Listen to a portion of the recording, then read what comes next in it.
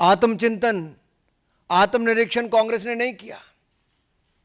लेकिन आरोप EVM election commission से लेके संवैधानिक संस्थाओं पे बार बार लगाते रहे और अब बिहार चुनाव हारता देखकर कांग्रेस पहले ही विपक्षी दलों के साथ मिलकर झूठे आरोप लगाने में लगी है। कल कुछ कांग्रेस के लोग कह रहे थे राहुल गांधी जी और विपक्ष के नेताओं ने बवंडर खड़ा किया। अरे भाई, बवंडर नहीं, बलंडर है, और मैं बताने वाला हूं कैसे। जितने आरोप आज तक लगाए, मैं राहुल जी को यही कहूंगा, धूल चेहरे पर थी पर आप आईना साफ करते रहे। और एक एक करके इनको बताना जरूरी इसलिए भी है कि 1952 से अगर हम शुरुआत करें तो चोर चोर मुसेरे भाई मिलकर वोट की चोरी की दुकान चलाई। यानी कि कांग्रेस सीपीआई ने मिलकर संविधान निर्माता, एक संत जैसे नेता डॉक्टर भीमराव अंबेडकर जी को चुनाव हरवाया। और चुनावी भ्रष्टाचार की नींव कांग्रेस ने पहले चुनाव से 1952 में ही रख दी थी। डॉक्टर बाबा साहब अंबेडकर को हराने का काम किया, कांग्रेस सीपीआई ने मिलकर किया। और आप रिकॉर्ड चेक करिए, 74,333 वोट खारिज किए गए, जबकि डॉक्टर भीमराव अंबेडकर जी मात्र 14,561 वोट से हारे थे। कांग्रेस ने तो संविधान निर्माता एक दलित नेता को पहले चुनाव में निपटाने का काम कर दिया। और 21 अप्रैल 1952 को डॉक्टर अंबेडकर ने 18 पेज की याचिका दायर की। आप कल्पना कीजिए, जिन्होंने संविधान बनाया था, एक कांग्रेस और एक परिवार ने उसी संविधान निर्माता को चुनावों में धांधली करके हरा दिया। ये चुनावी भ्रष्टाचार का पहला उदाहरण। आगे बहुत सारे उदाहरण हैं। मैं चाहूंगा कि एक स्लाइड शो करके आपको, अगर इससे प्रेजेंटेशन देके अगर आप अनुमति देंगे तो मैं आपको बताना चाहूंगा।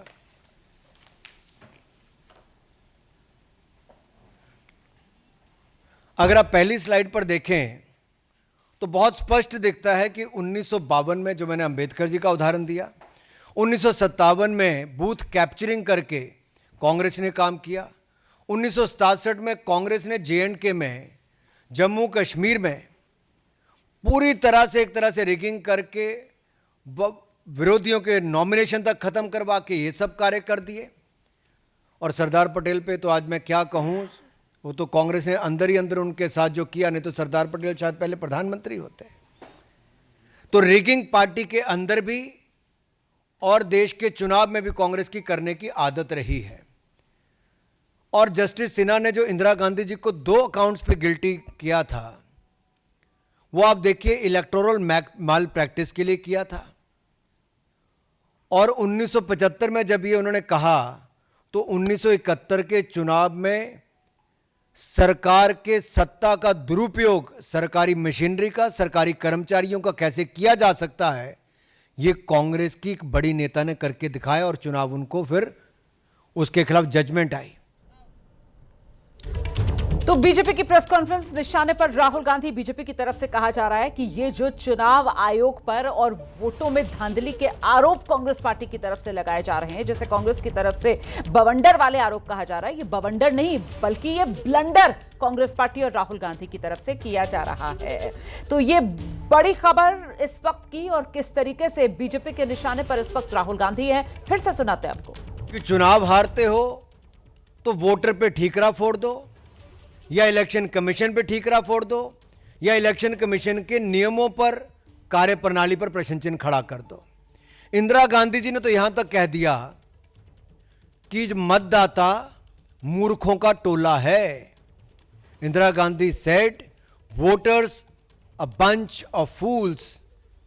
और इस 77 का चुनाव हारने के बाद कहा। 1999 में जब राजीव गांधी जी हारे तो उन्होंने बैलेट पेपर पर ठीकरा फोड़ दिया। वो उस समय कहते थे इलेक्ट्रॉनिक मशीन लाओ, आज उनके सुपुत्र राहुल गांधी जी कहते हैं कि भाई ईवीएम बंद करो, वापस बैलेट पेपर पे जाओ।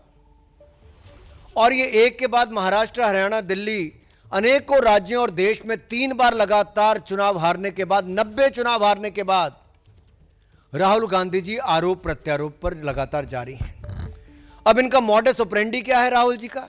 चुनाव हारो, झूठे आरोप लगाओ, कभी इलेक्शन कमीशन में कंप्लेंट दर्ज मत कराओ, कभी सबूत मत दो, और लोकतंत्र को फर्जीवाड़ा करके एक तरह से जनता को भ्रमित करने का काम करो, लोकतंत्र को नीचा दिखाने का काम करो।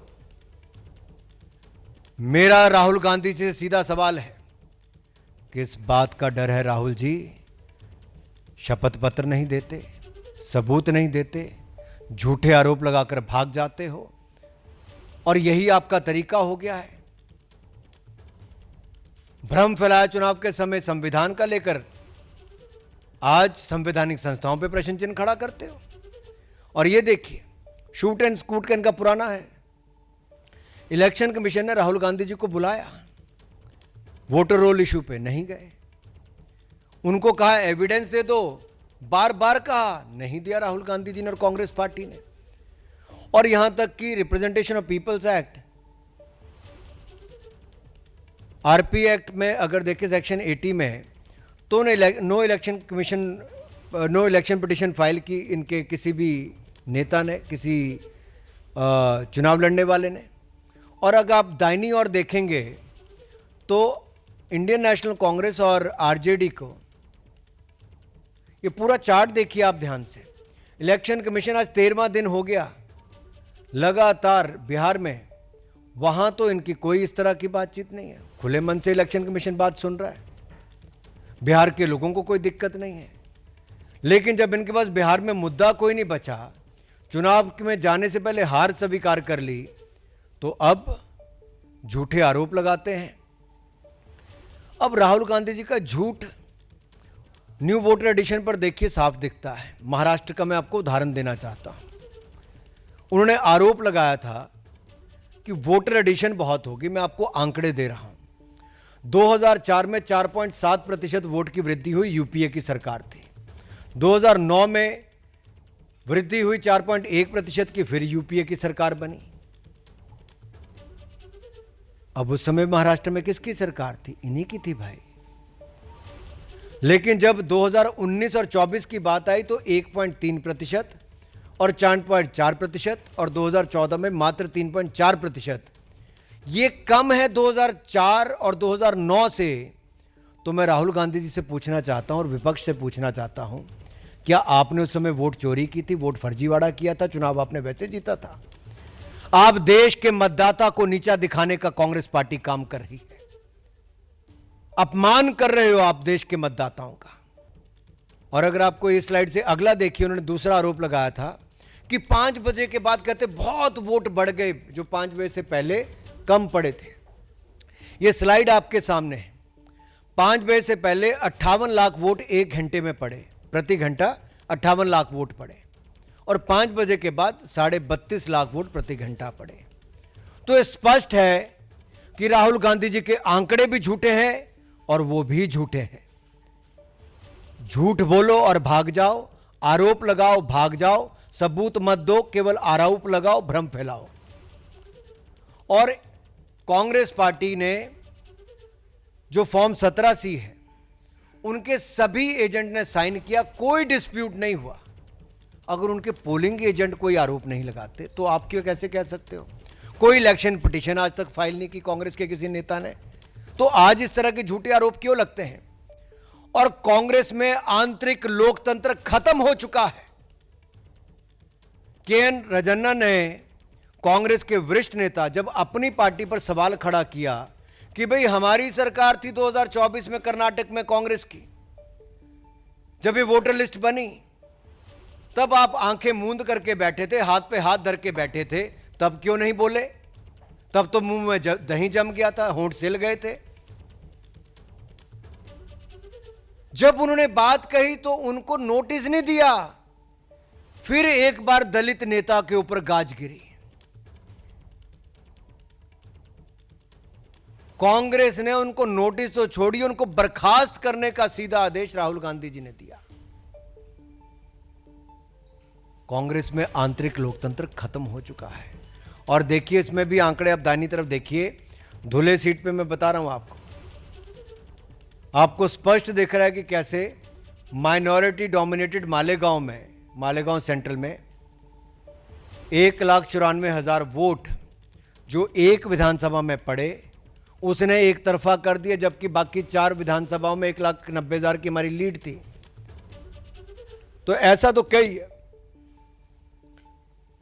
और ये सब तब हो रहा है जब राहुल गांधी जी को और विपक्षी दलों को अपने घुसपैठिए वोट बैंक पर नजर है, उनको बचाना चाहते हैं। ये तुष्टीकरण की राजनीति, ये बार बार कांग्रेस की और विपक्षी दलों की तुष्टीकरण की राजनीति आती है। ये एक वर्ग को देखकर अपना वोट बैंक साधते हैं और उसके लिए किसी भी हद तक भय भ्रम फैलाने का काम करते हैं, झूठे आरोप लगाने का काम करते हैं और एक घुसपैठ करने वाले को संरक्षण देने का लगातार काम पीढ़ी दर पीढ़ी और दशक दर दशक ये कांग्रेस ने करने का काम किया है। और जब SIR लाए कि ये जो फर्जी वोट अगर बनते हैं तो उसकी सफाई हो, सच्चे भारतीयों को, पक्के नागरिकों को वोट का अधिकार उनका ना छिने, लेकिन जो घुसपैठिए हैं, जो फर्जी वोट बना है, उनके वोट को खत्म किया जाए, तो उसका विरोध कांग्रेस पार्टी करती है। आखिरकार हिंदुस्तान के लोगों के वोट को नीचा क्यों दिखाना चाहती है कांग्रेस और विपक्षी दल? ये घुसपैठियों के वोट बैंक पर राजनीति क्यों करना चाहते हैं विपक्षी दल?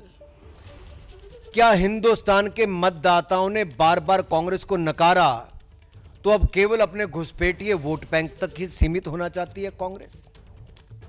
और ये टाइम्स ऑफ इंडिया की, इकोनॉमिक टाइम्स की हेडलाइंस मैंने आपको दिखाई है। अगर आप अगले में देखेंगे, मैं तो आपको 5 पैटर्न बता रहा हूं कैसे घुसपैठिए वोट बैंक पर जो डुप्लीकेट वोट हैं, फेक एड्रेस हैं, फेक रिलेटिव हैं, मैनिपुलेटेड एज कहें या गलत एज छप गया, और मास वोटर एडिशन जो है, मैं उस पर आपको एक उदाहरण देता हूं। डुप्लीकेट वोट का देखिए आप, रायबरेली नाम तो सुना होगा आपने, राहुल जी ने भी सुना होगा। रायबरेली में मोहम्मद कैफ खान, बूथ नंबर 83, 151, 218, सब जगह इनका नाम है, नाम सेम है, बस बाप का नाम भी सेम है, लेकिन वोट 3 पोलिंग बूथों पे बना हुआ है, 83, 151, 218 में। अगला देखिए fake address, 47 voter ID Diamond Harbour में। अभिषेक बनर्जी जी, डायमंड हार्बर में 47 वोटर आईडी हाउस नंबर 189 के पोलिंग बूथ 131 पर रजिस्टर हुए हैं। ये रायबरेली में हुए हैं जो 47 वोटर आईडी, और डायमंड हार्बर में मल्टीपल रिलीजन के एक ही घर नंबर 0011 पे, बूथ नंबर 103 पे, फाल्टा असेंबली में, डायमंड हार्बर जो लोकसभा है वहाँ पे रजिस्टर हुए। और नाम भी अगर आप पढ़ेंगे तो अगर रायबरेली के पढ़ूं तो मोहम्मद इस्लाम है, मोहम्मद इरफान है, मोहम्मद कासिम है, फिर साफिया मोहम्मद कासिम है, फ़करून निहा है, मोहम्मद कबीर है, श्रीमती फरीदा बानो है, शकील अंसारी हैं, मोहम्मद अयूब हैं, सबनम है। ये सारे नाम रायबरेली के हैं। राहुल जी को कभी ये नाम नहीं दिखे, सोनिया जी को कभी ये नाम नहीं दिखे कि 47 वोटर आईडी एक ही घर पे कैसे आए। राहुल जी, आप तो कई सालों से वहां पे वोट मांग रहे हो। अगले पे देखिए, फेक रिलेटिव की आप बात करते हैं। खुर्शीद आलम एक ही रहता है लेकिन इनका बाप बार बार बदल जाता है। खुर्शीद आलम वहीं रहते, बाप बदल जाता है भाई वोटर लिस्ट में। अगर आप देखिए कहां पे, डायमंड हार्बर में। अभिषेक जी जाइए, कभी मिलके तो आइए और पता कीजिए क्या खुर्शीद आलम के पिताजी एक ही हैं कि अलग अलग बदल गए हैं और इनका नाम कैसे बार बार बदल गया है। और यही नहीं, जो आप ज्यादा उम्र के वोटर्स की बात करते हैं, तो कैसे निलंबर में, वायनाड में, और वायनाड में तो मुझे भाई साहब श्रीमान राहुल गांधी जी 2 बार चुनाव लड़े, श्रीमती प्रियंका गांधी जी 1 बार चुनाव लड़ी। तो दोनों से मैं पूछता हूं, ये जो नए वोटर की एडिशन हुई है 102, 101 साल, 99 साल, ये नए वोटर हैं, तो आपने तो 3 बार वोट ले लिया भाई। तो क्या आपने अपने बीएलए से, अपने पोलिंग बूथ एजेंट से, या आपने वोट मांगे, आपने कभी नहीं देखा? तो कैसे हुआ ये? और आगे देखिए, मास वोटर एडिशन की बात करूं, 301/1724 में से 301 बूथ में डायमंड हार्बर में 15% वृद्धि हुई है पिछले 4 सालों में, और सारे टीएमसी ने जीते हैं। वे बल्क एडिशन है भाई। फाल्टा में 17, डायमंड हार्बर में 35, बिष्णुपुर में 92, महेशताला में 89, बाजबाज में 32। अभिषेक बनर्जी जी कहां हो आप? देखिए क्या हो रहा डायमंड हार्बर में, चेक करिए, वहां पे सरकार भी आपकी है, बीएलओ भी आपके हैं, बीएलए भी आपके हैं। तो क्या आप चुनाव इसीलिए जीत रहे हो? ये जो फर्जी वोट एडिशन के आपके अनुसार हो रही है। और जब कांग्रेस ऐसे वोट चोरी के झूठे आरोप लगाती है, तो इसके पीछे कांग्रेस का गेम प्लान नजर आता है, जो घुसपैठिया वोट बैंक। एकमात्र कांग्रेस का इसके पीछे एजेंडा है, घुसपैठिया वोट बैंक को बचाना कैसे है, एक वर्ग के वोट बैंक के लिए कैसे लड़ाई लड़नी है, राष्ट्र की सुरक्षा के साथ कैसे खिलवाड़ करना है, और सच्चे पक्के भारतीयों के वोट को नीचा कैसे दिखानी, ये राहुल गांधी जी और विपक्ष का आज का एजेंडा है। और मैं आपको आगे ये 6 चेहरे आप देख लीजिए, इनके लोकसभा के नाम देख लीजिए। वायनाड, रायबरेली, डायमंड हार्बर, कन्नौज, मैनपुरी, कोलाथुर विधानसभा, 5 लोकसभा 1 विधानसभा। अब इनमें देखिए किया क्या है। वायनाड में 93,499 डाउटफुल वोटर हैं, जिनमें से 20,438 डुप्लीकेट वोटर हैं, 17,450 फेक एड्रेस के साथ हैं, 4,246 मिक्स्ड हाउस होल्ड है, और 51,365 वोटर मास एडिशन में हुए।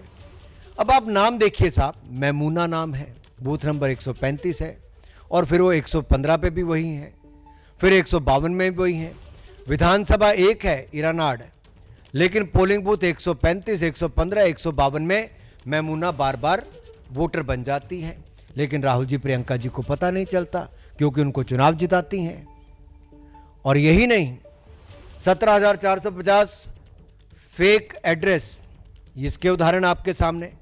52 वोटर आईडी एक ही घर पे 52 नंबर पोलिंग बूथ पे वंडूर असेंबली में हुए। राहुल जी आप क्या कर रहे थे? प्रियंका जी आप क्या कर रही थी? आपके बीएलए क्या कर रहे थे?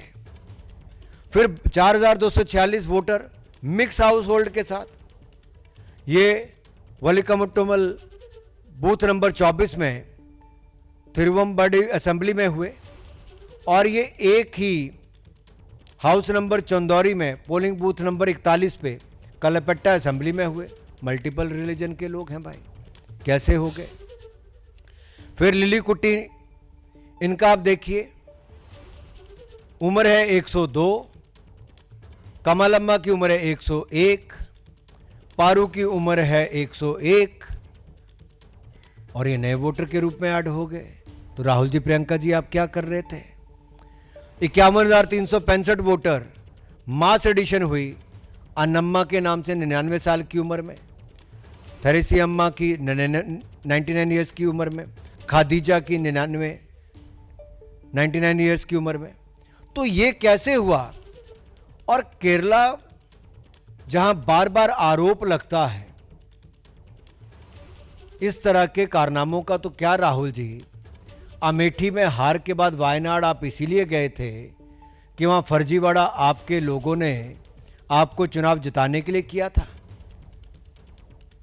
ये डुप्लीकेट रजिस्ट्रेशन कराने का काम क्या आपके लोगों ने किया था? और यूडीएफ एलडीएफ ने जो इस्लामिक रेडिकलाइजेशन का काम किया है, और जिसको भारतीय जनता पार्टी वहां पे बार बार चुनौती देती है, और आप वहां पे फर्जी वोट क्या बनाने का काम करते हो आप लोग? प्रियंका जी, अब तो आपको गिफ्ट दिए, गिफ्ट तो नहीं मैं बोलूँगा, लेकिन राहुल जी ने सीट छोड़ी तो आपको चुनाव लड़ने का मौका वहाँ पे मिला। तो क्या आप वहाँ से इस्तीफा दोगे? जो कल से विपक्ष कहता है इस्तीफा दो, तो क्या ये इस्तीफा देंगे? क्या राहुल जी इस्तीफा देंगे? रायबरेली में 2,99,000 डाउटफुल वोटर्स, ये देखिए कैसे हैं। इसी में Mohammad Kaif Khan 83 number polling booth पे भी है, 151 पे भी है, 218 पे भी है। और आगे देखिए 71,977 ये फेक एड्रेस हैं। 47 वोटर आईडी एक ही घर हाउस नंबर 189 में 131 नंबर पोलिंग बूथ पे रायबरेली में बने हैं। 31 वोटर आईडी हाउस नंबर 86 पे बने हैं हरचांदपुर में। तो राहुल जी कैसे बन गए, जवाब दीजिए। 15,853 वोट अब ये बने हैं कहाँ पे? हाउस नंबर 7 में, फिर हाउस नंबर 4 में बने हैं, पोलिंग बूथ नंबर 292 232 में बने हैं। फिर अगला देखिए 92,747 नए वोटर्स की एडिशन हुई, मास एडिशन हुई। आप नाम सुनिए, आपको पता चल जाएगा क्या हुआ है। सैदून, नाम क्या है? सैदून 89 ईयर्स एज, अब्दुल हक 85 साल की उम्र, सद्दाम 91 साल की उम्र,